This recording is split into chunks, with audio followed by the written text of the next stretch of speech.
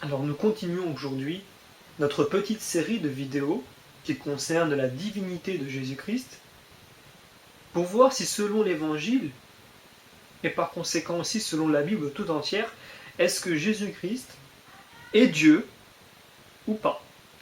Alors, il faut déjà comprendre quelque chose par rapport à l'histoire de l'Église, c'est que c'est attesté par les premiers chrétiens et par les écrits que nous avons qui sont irréfutables, c'est qu'à aucun moment, à absolument aucun moment de l'histoire de l'Église, la divinité de Jésus-Christ a été réfutée. Elle a toujours été quelque chose d'extrêmement logique. D'ailleurs, en témoignent toutes les découvertes que nous faisons archéologiques, historiques, que ce soit en plus des textes, qui permettent de montrer que déjà dans la pensée de tous les chrétiens, c'était évident que Jésus était Dieu. Alors, ce qui changeait, c'était de comprendre est-ce qu'il était Dieu et complètement homme, est-ce qu'il était peut-être moitié homme, moitié Dieu.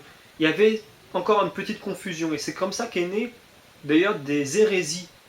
Donc on a eu des hérésies qui disaient que Jésus n'était que Dieu, par exemple. Il n'était pas un homme, c'était une apparence. On retrouve d'ailleurs ce type d'hérésie dans d'autres courants encore présents aujourd'hui, sous différentes formes.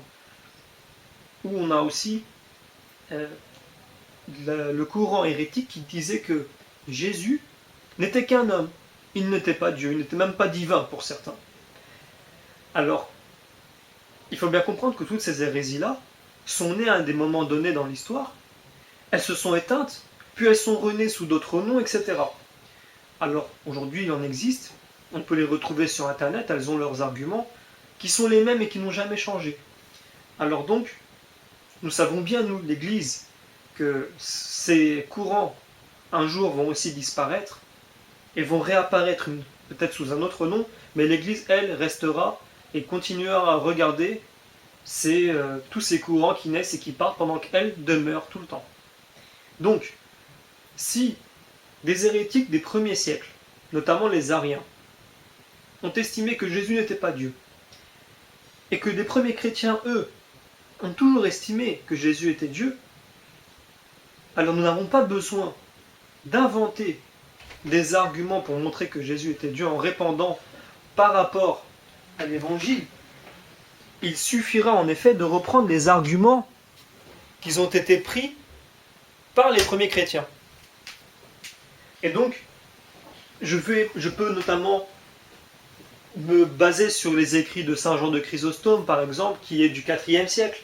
Je peux aller encore plus loin, mais je vais choisir de prendre des arguments un peu de Saint Jean de Chrysostome, de Saint Augustin, de Saint Thomas d'Aquin, qui est plus récent, pour bien montrer qu'en fait, les arguments que nous utilisons aujourd'hui dans l'Église, pour montrer que Jésus est Dieu, ce ne sont pas des arguments nouveaux, ou des arguments que nous adaptons selon les circonstances. C'est la compréhension des chrétiens en tout temps.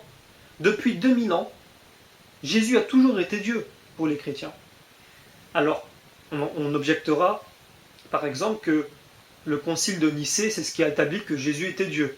C'est complètement faux. Il suffit de voir le contenu du concile de Nicée, non seulement qui ne traitait pas de la Trinité, mais qui a traité, à cause d'une hérésie qui venait d'Arien, de la divinité du Christ en la mettant comme dogme, parce que cela faisait déjà 3 siècles que les chrétiens croyaient que Jésus était Dieu, et donc les apôtres aussi, on le voit à travers la Bible, ils le disent à plusieurs reprises, comme j'ai pu le montrer dans la vidéo précédente, mais comme cet arianisme à l'époque, et donc cette hérésie continuait toujours à vivre, il fallait que l'Église fasse un dogme, que l'Église dise publiquement et réunisse tous les chefs d'Église des différents territoires pour trancher sur la question.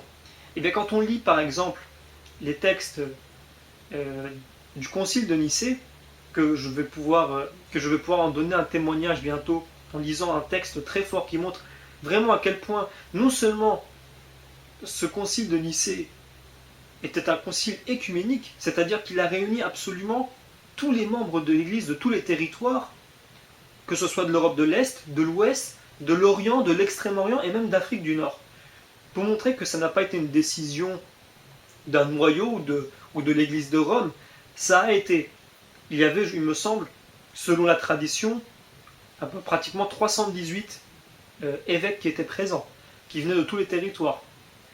Alors c'est ce que raconte la tradition. Selon les témoignages, on est entre 270 et 320 et quelques, mais on a choisi le chiffre de 318 parce que c'est un chiffre qui était utilisé dans le livre de la Genèse à Abraham, lorsqu'il disait qu'il y aurait 318 personnes de son armée avec lui. Alors, c'est très fort parce que ça montre que cette décision d'établir la divinité du Christ, elle est unanime dans l'Église depuis 2000 ans. Elle n'a jamais changé. Alors, si elle n'a jamais changé, reprenons les arguments des premiers chrétiens pour répondre aux hérétiques d'aujourd'hui qui objectent la divinité du Christ. Alors, quand je dis hérétique, il ne faut pas voir dans ce mot un mépris. Un hérétique, c'est tout simplement quelqu'un qui a choisi de prendre un autre chemin de la compréhension des textes. Alors, il ne faut pas évidemment voir ça comme un mépris parce que, au final, si nous nous mettons à mépriser ceux qui ne pensent pas comme nous, de facto, nous ne remplissons plus ce qui fait de nous des chrétiens. Alors, je vais répondre aux arguments qui ont été donnés, qui sont donnés encore aujourd'hui par d'autres courants, comme c'est le cas depuis 2000 ans. Donc, si je prends un premier verset, qu'on peut retrouver sur Internet comme étant un des arguments qui montre, selon certaines personnes, que Jésus n'est pas Dieu. Donc ce verset-là, je le prends. Il est écrit, Jésus lui dit, « Ne me touche pas, car je ne suis pas encore monté vers mon Père. » Alors, ce verset-là, que l'on retrouve dans l'Évangile, donc l'Évangile selon Saint Jean, en chapitre 20, verset 17, est utilisé pour dire que Jésus est inférieur au Père, puisqu'il dit « car je ne suis pas monté vers mon Père ». Donc c'est en quelque sorte non seulement une infériorité, mais pour dire qu'il n'est pas Dieu.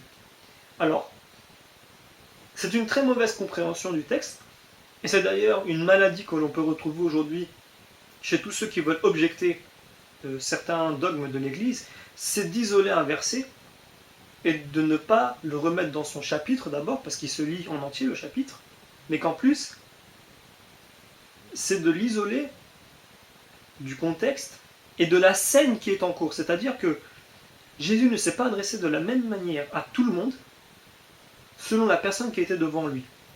C'est-à-dire que à certains moments, Jésus se retrouvait face à des juifs, face à des pharisiens, des fois face avec ses disciples, des fois avec des gens du peuple, des fois avec des étrangers. Il a adapté son discours par rapport à qui était devant lui. Donc c'est assez logique d'ailleurs, parce que si on veut prendre une analogie avec aujourd'hui, on ne va pas discuter, là on parle en termes de spiritualité. Si je fais une analogie avec la croissance, on ne peut pas discuter avec un enfant de la même manière que l'on peut discuter avec un adulte ou une personne âgée. Donc l'analogie est faite par rapport à la spiritualité d'une personne. Spirituellement parlant, les juifs étaient mieux placés pour recevoir la parole que des étrangers, et que les pharisiens par exemple, qui eux s'étaient endurcis par rapport à la parole de Dieu, et donc ils ont reçu les condamnations de Jésus. Évidemment, Jésus n'a pas condamné tous les juifs, contrairement à ce qu'on peut lire sur Internet, ce qui n'est pas vrai, puisque on dit que pratiquement un tiers d'Israël s'est converti à l'époque du Christ. Et tous les premiers chrétiens étaient juifs, Jésus était juif, Marie était juif, Jean, Matthieu, etc. Tous étaient juifs. Ce n'est pas le peuple juif tout entier qui a rejeté Jésus. C'est d'abord la caste, l'élite, qui l'a rejeté, et bien sûr une partie du peuple. Mais ce n'est pas tout le peuple, puisque les premiers chrétiens sont des juifs. Alors, évidemment, il y a quelques exceptions, nous y reviendrons peut-être dans une autre vidéo. Il y a évidemment des non-juifs, des non-israélites qui ont été des chrétiens dès le 1er siècle, dès l'Évangile d'ailleurs. Et donc, ça ne change pas le fait qu'il y ait quand même une très grosse majorité de juifs parmi les tout premiers chrétiens. Alors si je prends ce verset que je viens de citer de l'Évangile de Saint Jean, « Ne me touche pas car je ne suis pas encore monté vers mon Père ». Alors dans un premier temps, je veux simplement tout de suite balayer d'un revers de la main un argument qui dit que Jésus n'acceptait pas d'être touché par des femmes, puisque c'était des êtres impurs selon la pensée juive. Déjà, ce n'est pas vrai, puisqu'on voit dans Matthieu que Madeleine et d'autres femmes s'approchèrent de Jésus et lui saisirent le pied. Donc c'est un argument qui est immédiatement mis de côté. Alors, si je continue, je me rends compte qu'en fait ce passage n'est pas complet, parce que si Jésus dit « Ne me touche pas, car je ne suis pas encore monté vers mon Père », c'est qu'il s'est passé quelque chose avant. Alors il faut voir qu'est-ce qui s'est passé dans le verset précédent, pour bien comprendre pourquoi Jésus répond cela. Et on voit que dans le verset précédent, Marie appelle Jésus « Maître » et qu'elle essaye de le toucher. Alors c'est très important, ce sont deux éléments extrêmement importants pour comprendre ce passage. Déjà le passage en lui-même ne se lit pas comme ça. Quand Jésus dit « Car je ne suis pas monté vers mon Père », cela veut dire que je ne suis pas revenu à l'égal du Père. Nous allons étayer cet argument. Mais d'abord, si Jésus ne laisse pas Marie le toucher, c'est pour une bonne raison. Tout d'abord, il lui dit, donc, je ne suis pas monté vers mon Père. Mais pourquoi lui dit-il cela? Il lui dit cela tout simplement parce que, il suffit de reprendre ce que disait saint Thomas d'Aquin, dans un sens littéral, Marie a vu deux fois les gens sur son chemin. D'abord avec les autres femmes, elle vit un ange assis sur la pierre, comme le disait Matthieu dans son évangile ou Marc, puis à son retour elle vit deux anges à l'intérieur du tombeau, comme le disait Jean. Donc de manière semblable, en chemin, elle voit deux fois le Christ. Une première fois dans le jardin, quand elle le prie pour le jardinier, comme on l'a vu plus haut, ça c'est le verset, c'est le chapitre en lui-même qui explique cela, et une deuxième fois sur le chemin quand elle courait avec les autres annoncer aux disciples ce qu'elle avait vu. Et donc, qu'elle était plus affermie dans la foi de la résurrection du Christ. Mais au sens mystique, la raison pour laquelle Jésus n'a pas accepté d'être touché, c'est justement parce que elle l'appelle maître. C'est donc qu'elle le prenait encore pour un enseignant. Elle ne le prenait pas pour Dieu. C'est-à-dire que quand Jésus lui dit « Je ne suis pas encore monté vers mon Père », c'est pour elle, Jésus n'a toujours pas été élevé selon sa perception et dans son cœur au niveau du Père. C'est ce que veut dire ce passage. Il est encore un maître, un enseignant. Il n'est pas encore l'égal du Père. Et d'ailleurs, il y a un seul passage dans l'Évangile où Jésus réfute le fait qu'on l'appelle le bon maître, donc une appellation que l'on donne à Dieu. Encore une fois, on retrouve le terme maître qui est utilisé, et Jésus lui dit « Pourquoi m'appelles-tu maître ? Puisqu'il n'y a que Dieu qui est le bon. » Il lui dit « Pourquoi tu m'appelles le bon ? Puisqu'il n'y a que Dieu qui est le bon. » Alors, il faut bien comprendre, cette personne qui était en face de lui l'appelle le bon maître. C'est-à-dire qu'il lui donne une appellation qu'on donnait habituellement à Dieu, qui est le bon, et maître à un enseignant. Donc en fait, cette personne-là prend Jésus pour un enseignant en lui donnant un qualificatif qui vient à Dieu sans le considérer comme Dieu. C'est pour cela que Jésus lui dit « Pourquoi m'appelles-tu le bon puisqu'il n'y a que Dieu le bon ?» Et la personne en face aurait dû rétorquer « Mais c'est toi qui es Dieu. » Or, elle n'a pas rétorqué cela. Donc, on voit bien qu'il y a une similitude dans ces deux passages. C'est-à-dire que la personne en face ne prend Jésus que pour un maître, mais en essayant de faire un geste qui indique qu'il serait Dieu. Alors, pour l'autre personne que j'ai citée, il lui dit le bon. Pour Marie, elle tente de le toucher. Or, il faut comprendre quelque chose. Quand on connaît quelque chose, quand on voit une réalité, on la connaît d'une certaine manière. Ça, c'est saint Augustin qui l'explique de cette manière. Mais quand on touche par le toucher, cette connaissance, c'est que nous avons une connaissance qui est pleine, qui est achevée. Or, on voit bien que Marie, elle avait une foi dans le Christ qui n'était qu'un maître, à ce moment-là encore. Elle ne le connaissait pas comme étant égal au Père. Et donc, elle n'avait pas une connaissance de Jésus qui était achevée à ce moment-là. Elle ne pouvait donc pas le toucher. Et donc, très logiquement, Jésus lui dit « Je ne suis pas encore, à tes yeux, à l'égal du Père. Donc ne me touche pas. » C'est ce que dit Jésus en somme, si on veut parler de la manière dont nous parlons aujourd'hui de manière un peu plus moderne, dans un français assez courant, disons-le. Alors, il n'y a pas que ça, il ne faut pas oublier que Marie représentait l'Église des gentils, c'est-à-dire l'Église universelle. Elle ne devait toucher Jésus par la foi seulement après que celui-ci ait connu l'ascension, c'est-à-dire quand celui-ci monte vers le Père. Donc, on a bien la double compréhension de ce texte, c'est-à-dire que non seulement Jésus doit retourner au Père, c'est-à-dire qu'il doit effectuer l'ascension, afin que l'Église puisse enfin naître, avec la descente du Saint-Esprit, puisque Marie, elle est l'Église des gentils, c'est-à-dire l'Église universelle de tous les croyants, des non-juifs. Elle ne peut pas encore toucher la foi en Christ tant que celui-ci n'est pas monté vers le Père. Et donc on a bien deux sens. On a un sens plutôt littéral qui dit qu'elle ne peut pas le toucher du doigt parce qu'elle ne le connaît pas encore, puisque la connaissance qu'elle a de lui n'est pas encore pleine, puisqu'elle le considère seulement comme un maître, mais en plus elle ne peut pas non plus le toucher, parce que Jésus n'est pas encore monté aux cieux de manière littérale. Dans le premier cas, c'est de manière spirituelle, il faut que Jésus devienne l'égal du Père dans son cœur pour qu'elle puisse le connaître parfaitement. Et dans le deuxième cas, il doit y monter littéralement.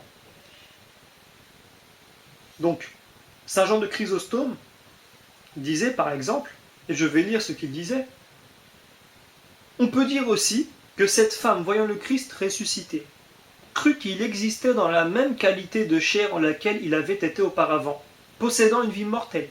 C'est pourquoi elle voulait être avec lui comme avant la passion, et que, en raison de sa joie, n'imaginait rien de plus grand, bien que la chair du Christ en ressuscitant fût devenue bien meilleure.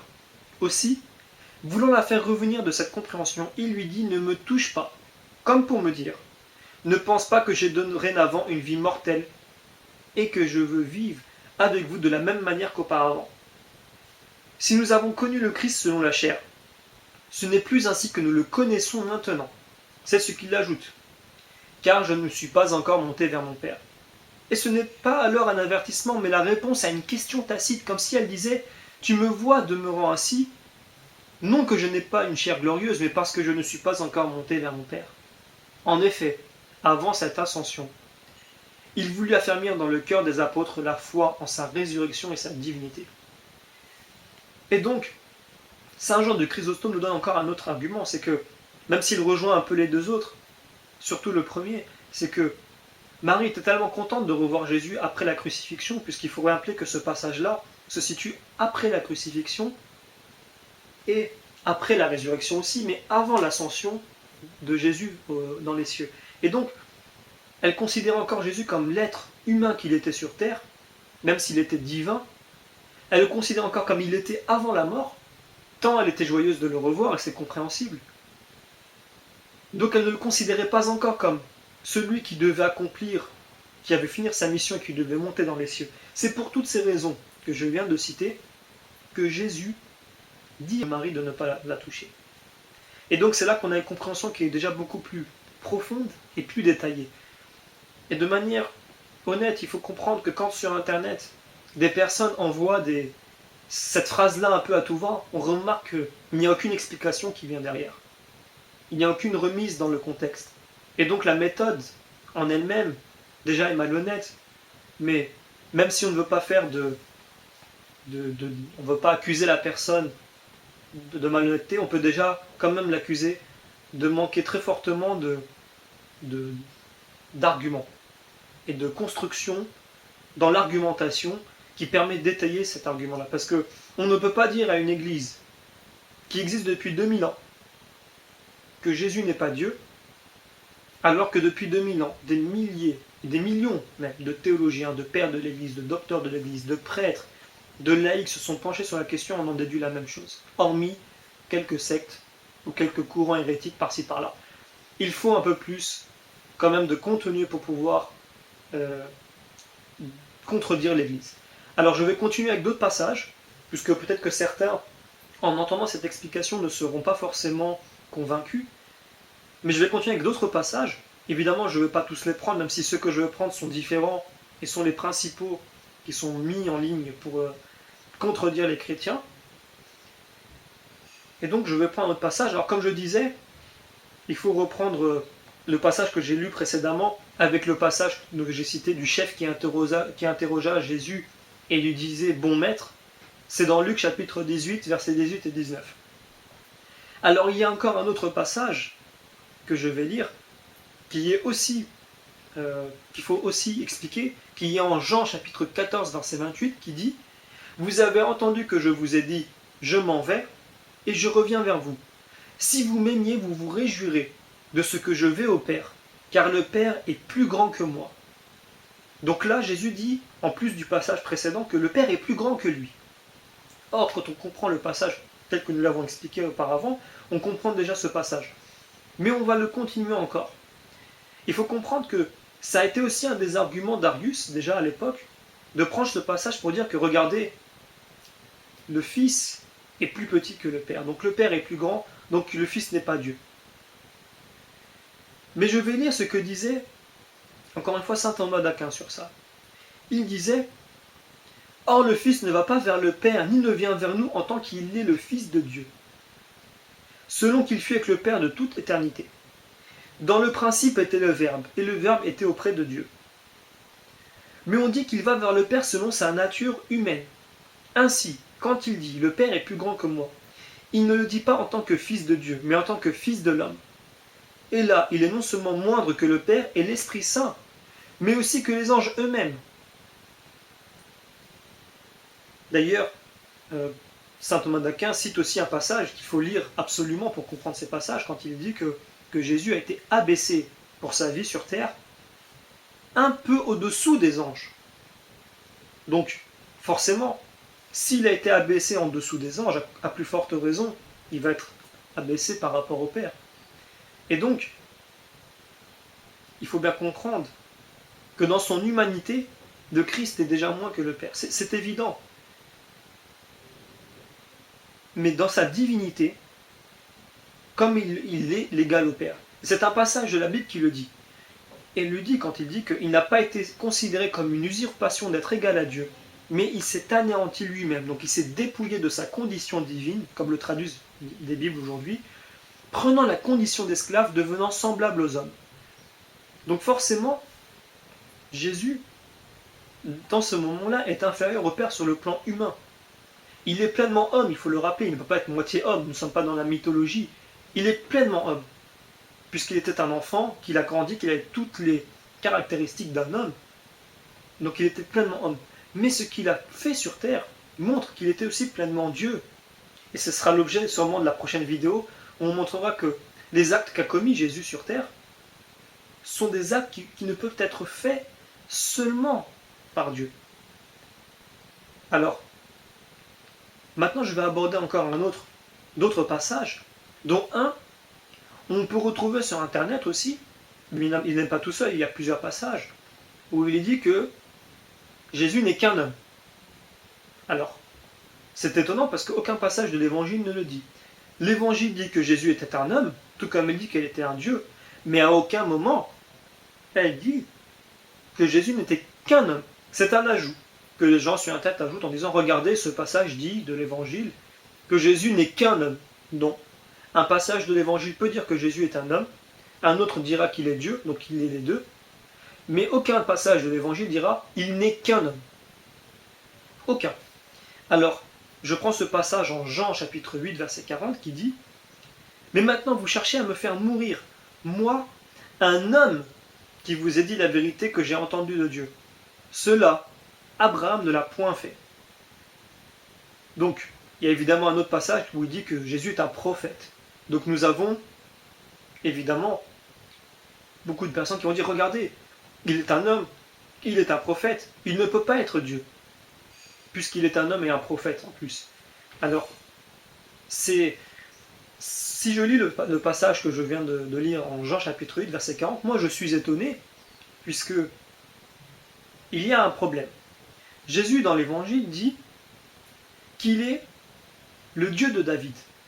Mais en même temps, il dit qu'il est dans la généalogie de David. Alors comment est-ce possible? Soit on en déduit que Jésus se contredit, et je pense qu'on ne peut pas dire cela, il faut mettre de côté cette argumentation qui ne tient pas une seconde, ou alors, il faut bien comprendre que Jésus parle de ces deux natures. Jésus, sur le plan divin, est bel et bien au-dessus. Il est bien et bien le Seigneur de David. Mais sur le plan humain, évidemment, il est dans la généalogie de David. Et donc, les deux natures de Jésus sont comblées. D'ailleurs, quand sur Internet nous voyons que tout le monde dit Jésus n'est qu'un homme et il n'est qu'un prophète, sachez que dans l'évangile de Saint Matthieu en chapitre 16, versets 13 et 17, Jésus répond à cela. Et donc, pas besoin d'aller chercher très loin pour avoir la réponse, puisque Jésus dit, alors, je lis le passage, arrivé dans la région de Césarée de Philippe, Jésus posa à ses disciples cette question. Au dire des gens, qu'est le Fils de l'homme? Donc, qu'est-ce qu'est le Fils de l'homme? Ils dirent, pour les uns, Jean le Baptiste, pour d'autres, Élie, pour d'autres encore, Jérémie ou quelqu'un des prophètes. Et Jésus donc leur dit, mais pour vous, leur dit-il, qui suis-je? Et Simon-Pierre répondit, tu es le Christ, le Fils du Dieu vivant. En réponse, Jésus lui dit, tu es heureux, Simon, fils de Jonas, car cette révélation t'est venue non de la chair et du sang, mais de mon Père qui est dans les cieux. Et donc, pourtant, là nous avons bien la scène de ce qui se passe aujourd'hui. C'est qu'aujourd'hui, des gens nous disent qu'il est un homme, qu'il est un prophète, puis encore d'autres qui disent aussi il n'était pas sur la croix, il était un faux semblant, ou encore qu'il n'était même pas un homme. Il y en a qui disent même qu'il était simplement Dieu. Enfin, soit Dieu, soit un homme, mais pas les deux. Donc, pourquoi aller chercher dans les hérésies? Et pourquoi se compliquer la vie? Puisque Jésus répond. Jésus demande la question à ses disciples. Donc nous, les chrétiens, nous représentons ces disciples. Et donc, quand Jésus dit, au dire des gens, quel est le Fils de l'homme? Eh bien, nous aussi, nous pouvons faire l'analogie avec notre époque, puisqu'au dire des gens de notre époque, quand on demande quel est le Fils de l'homme, les gens disent, Jésus, ce n'est qu'un homme, ce n'est qu'un prophète. Ou encore même qui disent c'est Jean le Baptiste, ou d'autres que c'est Élie. Et donc ça rejoint parfaitement ce qui se passait à l'époque. Donc rien n'a changé. Puisqu'il est écrit, ils dirent, pour les uns Jean le Baptiste, pour d'autres Élie, pour d'autres encore Jérémie ou quelqu'un des prophètes. Donc rien n'a changé. Le dire des gens d'il y a 2000 ans est exactement le même dire des gens d'aujourd'hui dans ce passage. Et nous les disciples, comme Simon-Pierre, nous répondons qu'il est le Christ, le Fils du Dieu vivant. Et là Jésus répond, tu es heureux, Simon, fils de Jonas, car cette révélation t'est venue non de la chair et du sang, mais du Père qui est dans les cieux. Et donc on en conclut que lorsque nous disons que Jésus est Dieu, c'est une révélation qui vient du ciel. C'est Dieu le Père. Et aussi, bien entendu, l'action du Saint-Esprit. Et bien entendu aussi, par conséquent, la mort rédemptrice du Christ qui nous permettent d'avoir cette compréhension-là. Et donc, c'est pour cela que nous n'avons pas à nous enorgueillir et à mépriser ceux qui n'ont pas encore cette compréhension, puisque cette compréhension ne vient pas de nous, elle vient des cieux, elle vient de Dieu.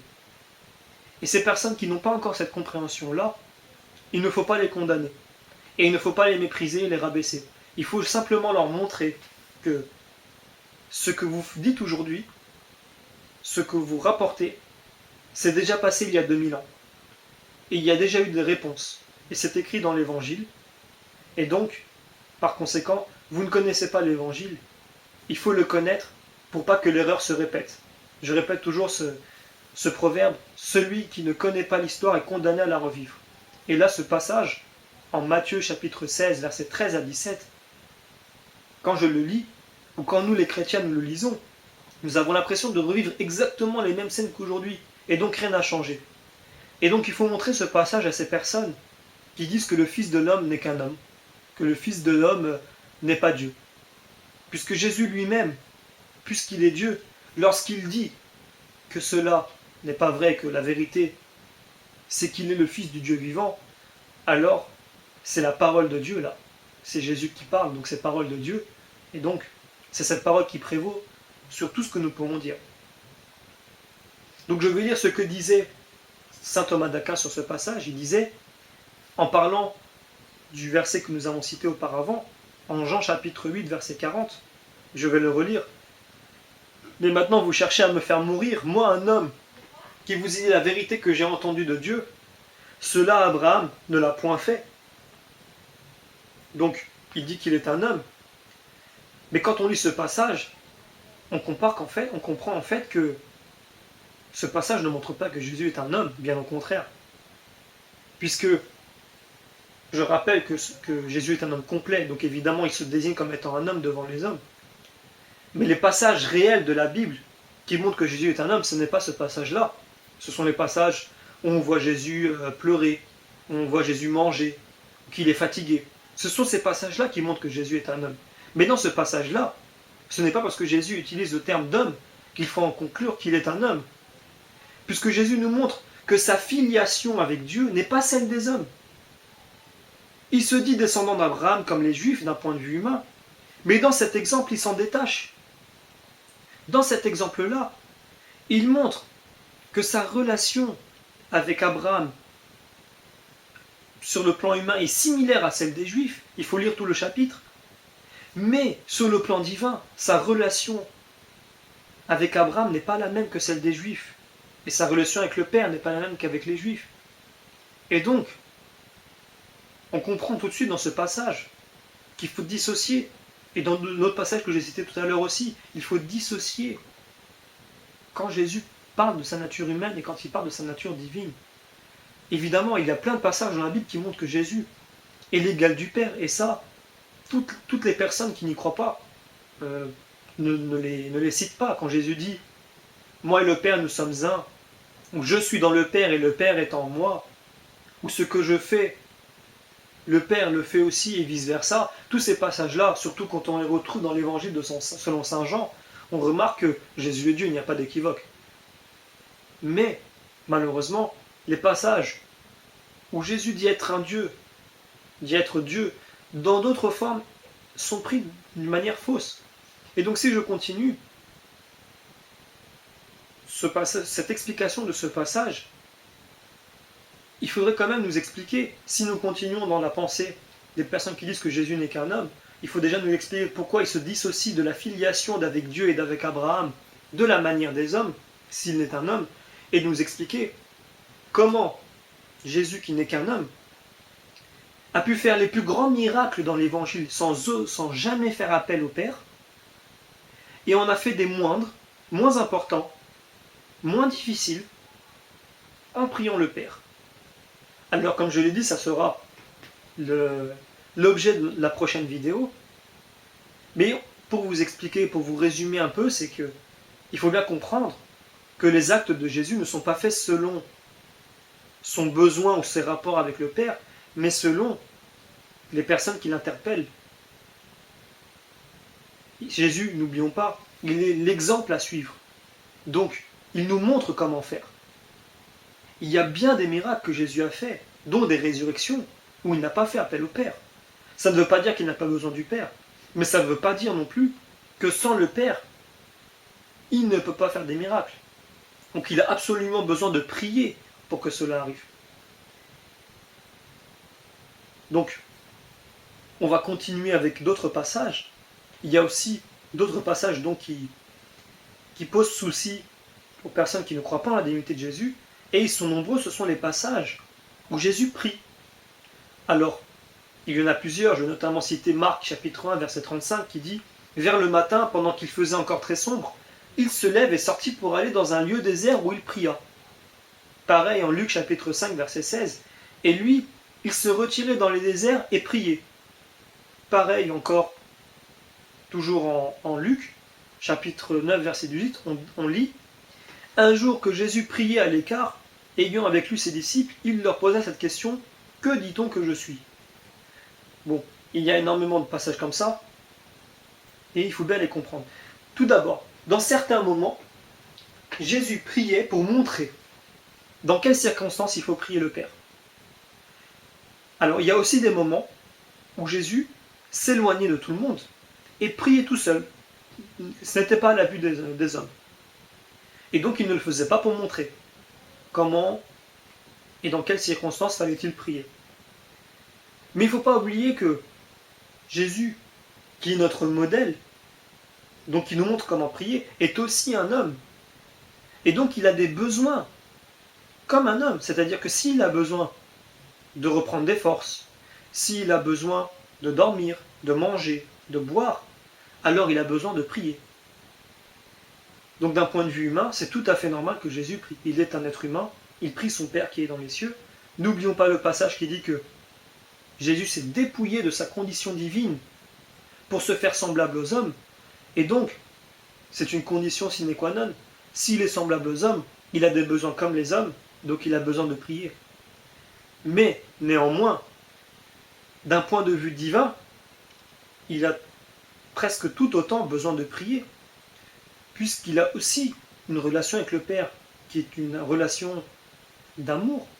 Et cette relation qu'il a, c'est une relation aussi familiale, puisque n'oublions pas le Saint-Esprit. Nous ferons aussi une vidéo pour montrer la Trinité au sein du Nouveau Testament, et pour montrer ses prémices dans l'Ancien Testament, et pour montrer comment elle s'accomplit dans le Nouveau de manière beaucoup plus claire.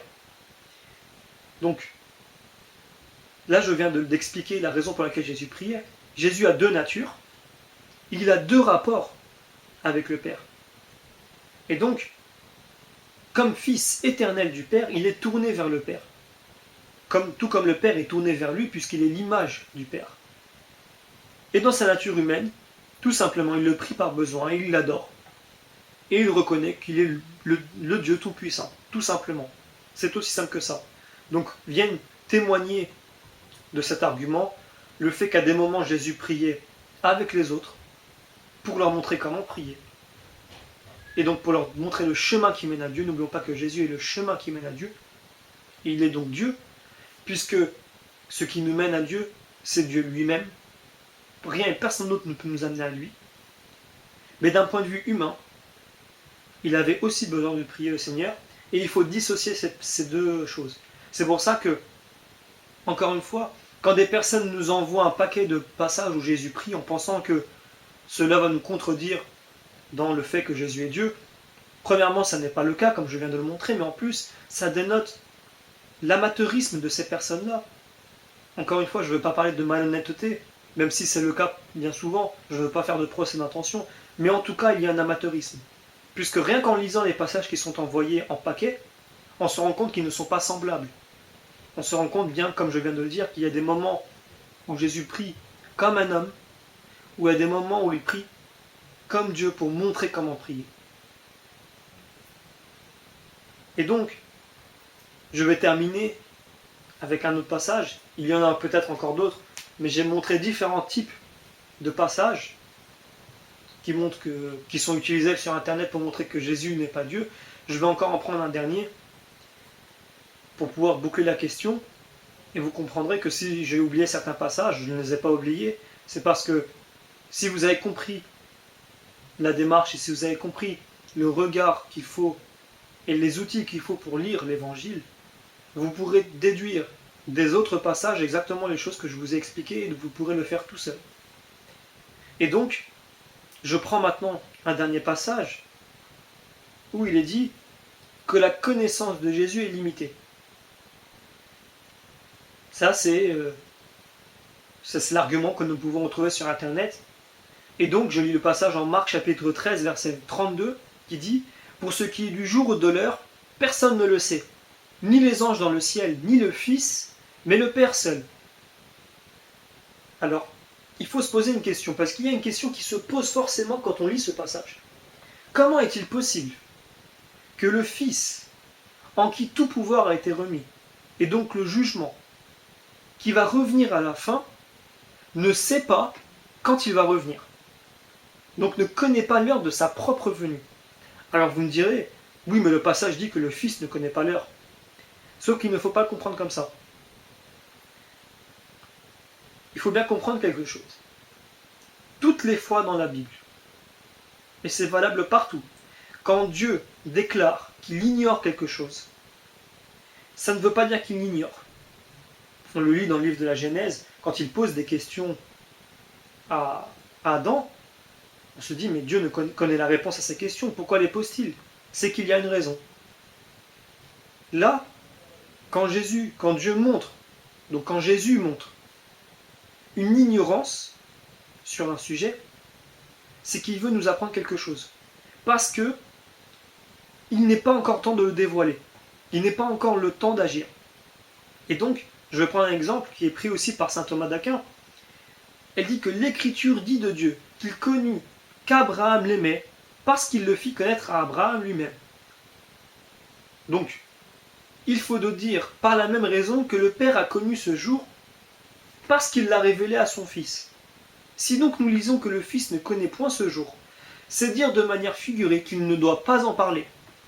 Au contraire, le Père seul connaît ce jour parce que c'est à lui de le faire connaître. Gardons-nous d'admettre que le Père ou dans le Fils, aucun changement, aucune modification. Enfin, pour éloigner de lui tout soupçon d'ignorance, il ajoute aussitôt, prenez garde, veillez et priez, parce que vous ne savez pas quand ce temps viendra. Et donc, on comprend bien mieux pourquoi Dieu décide de ne pas dévoiler l'heure de la fin. Il serait complètement illogique de dire veillez et priez parce que vous ne savez pas quand ce temps viendra, si par la suite on leur dit quand ce temps viendra. Donc ça serait une contradiction et en plus, ils n'auraient plus besoin de veiller et prier. Ils n'auraient plus besoin d'attendre, puisqu'ils sauront quand viendra la fin. Plus besoin de veiller parce qu'on ne sait pas quand viendra l'heure. Et donc plus besoin de prier, plus besoin d'exhorter, plus besoin d'être prêt. Et donc c'est logique que Jésus ne déclare pas l'heure à laquelle viendra la fin. Et on remarque dans ce passage qu'il dit « parce que vous ne savez pas quand viendra la fin ». Et donc il se détache, il ne dit plus « nous ne savons pas ». Et ce n'est pas lui, ce n'est pas Jésus qui doit veiller et prier, puisque c'est lui qui doit revenir. Il n'y a pas de sens. C'est un non-sens de dire que Jésus va veiller et prier en attendant sa propre venue. C'est tout de même ridicule. Jésus n'est non pas seulement soumis au jugement, mais en plus, il sait l'heure de la fin, puisqu'on vient de le déduire. Il est en train de leur dire de veiller et de prier, parce qu'ils ne connaissent pas la fin, et la fin va venir avec un jugement, et il est celui qui jugera. Donc si c'est lui qui viendra, il sait quand il viendra, et il sait aussi qu'il n'a pas besoin de veiller et de prier pour sa propre venue. C'est pas lui qui sera jugé. Donc c'est un non-sens de croire que Jésus ne connaît pas l'heure de la fin. Et donc, pour conclure ces quelques exemples que j'ai donnés à travers l'Évangile, j'espère qu'elles vous permettront d'avoir une compréhension meilleure. Et je pense aussi qu'il faut de l'humilité. N'oublions pas que c'est la parole de Dieu que nous avons entre les mains, et que quand nous nous hâtons à déduire des choses parce que nous le voulons, parce que c'est le but que nous voulons atteindre, si nous disons, avant même d'ouvrir la Bible, que Jésus n'est pas Dieu, je vais trouver comment l'expliquer, ce n'est pas une démarche qui est honnête. Et si des chrétiens le voient, ô combien Dieu le voit aussi. Et si un homme n'a pas de compte à rendre à un chrétien, il en aura à rendre à Dieu lui-même. Et donc, il faut un peu plus d'humilité et un peu plus prendre garde lorsque l'on parle de la parole de Dieu. Il faut prendre au sérieux cette parole et donc lui donner l'étude qui est nécessaire, mais aussi demander, poser les questions. Parce que l'Église existe depuis 2000 ans. Elle n'est pas née hier, elle a toujours existé et elle existera jusqu'à la fin. Et donc, puisqu'elle existe depuis 2000 ans, et qu'elle est composée de pères et de docteurs de l'Église, de théologiens, elle se repose sur les épaules des chrétiens qui ont scruté la Bible depuis 2000 ans. Et donc, poser la question à des pratiquants, à l'Église elle-même, ce n'est pas se soumettre à une autorité qui nous fait croire des choses contre notre gré. C'est plutôt respecter l'héritage qui nous est donné. Bien entendu, je ne dis pas qu'il faut accepter aveuglément tout ce que disent les personnes autour de vous, même qui sont chrétiennes. Il faut scruter l'Évangile, il faut scruter la Bible tout entière. Et Dieu nous dit que nous pouvons comprendre si nous demandons l'aide du Saint-Esprit. C'est-à-dire que si nous montrons que nous dépendons de Dieu. Comme je l'ai dit auparavant, quand Simon-Pierre dit à Jésus « Tu es le Fils de Dieu », il lui dit que ce n'est pas toi qui as compris cela. C'est Dieu qui t'a permis de le comprendre. C'est-à-dire qu'il y a toujours Dieu. Il y a toujours besoin de Dieu. Et quand on se met à déduire des choses sur la Bible, sans avoir scruté la Bible, sans avoir admis que cette connaissance que nous avons, nous l'avons recherchée humblement auprès de Dieu, alors il faut se poser des questions. Il faut que vous sachiez, et là je m'adresse à ceux qui disent que Jésus n'est pas Dieu, et qui le disent sans étudier la Bible, il faut que vous sachiez que, comme je l'ai montré, il a toujours existé des personnes comme ça, qui disaient cette chose-là. Ils ont existé sous d'autres noms. Ils ont péri. Ils ont revenu sous d'autres noms, etc., etc. La seule chose qui est restée constante, c'est l'Église. L'Église n'a pas changé, elle est toujours là. Elle dit toujours que Jésus est Dieu. Alors, il faut de l'humilité. Il faut reconnaître, et là je ne parle pas en tant que chrétien, je parle en tant qu'être humain. Il faut reconnaître qu'une institution qui existe depuis 2000 ans et qui n'a jamais chuté est quand même digne d'un peu plus d'honnêteté vis-à-vis d'elle. C'est-à-dire qu'on ne peut pas l'accabler, on ne peut pas lui donner et lui faire des accusations et la prendre, ne pas la prendre au sérieux quand on sait qu'elle est la seule institution à avoir existé 2000 ans, être restée debout pendant 2000 ans, je parle bien sûr de l'époque moderne, donc après la venue du Christ. Aucune nation, aucun régime, aucun groupe politique ou aucun groupe religieux n'a duré 2000 ans. Personne ne peut dire aujourd'hui nous avons existé 2000 ans contre vents et marées et nous avons non seulement jamais, nous nous sommes pervertis pour être comme la pensée unique, on le voit tous les jours, il suffit d'ouvrir la télévision pour voir combien l'Église est moquée, combien elle est prise à la dérision, combien les dogmes de l'Église sont chaque jour bafoués, et tous les principes chrétiens. Et donc on comprend bien que on a devant nous quand même une institution qui mérite quand même qu'on se penche un peu plus sur elle et un peu plus honnêtement sur elle. Et donc, quand un chrétien dit que Jésus est Dieu, il le dit parce que, comme je vous le montre à travers ces vidéos, c'est biblique. C'est dans la Bible. Et nous le comprenons. Alors la prochaine vidéo que je ferai dans cette petite série qui montre que Jésus est Dieu, se penchera justement, cette fois-ci, sur les actes que Jésus a faits et qui montrent sans équivoque qu'il est Dieu. Et donc sur les versets, tout simplement, qui montrent que Jésus est Dieu. Et peut-être qu'après celle-ci, nous parlerons, une fois que nous aurons tranché sur la divinité du Christ, sur la Trinité, qui se trouve à la fois présente dans le Nouveau Testament de manière dévoilée, mais aussi dans l'Ancien, de manière voilée.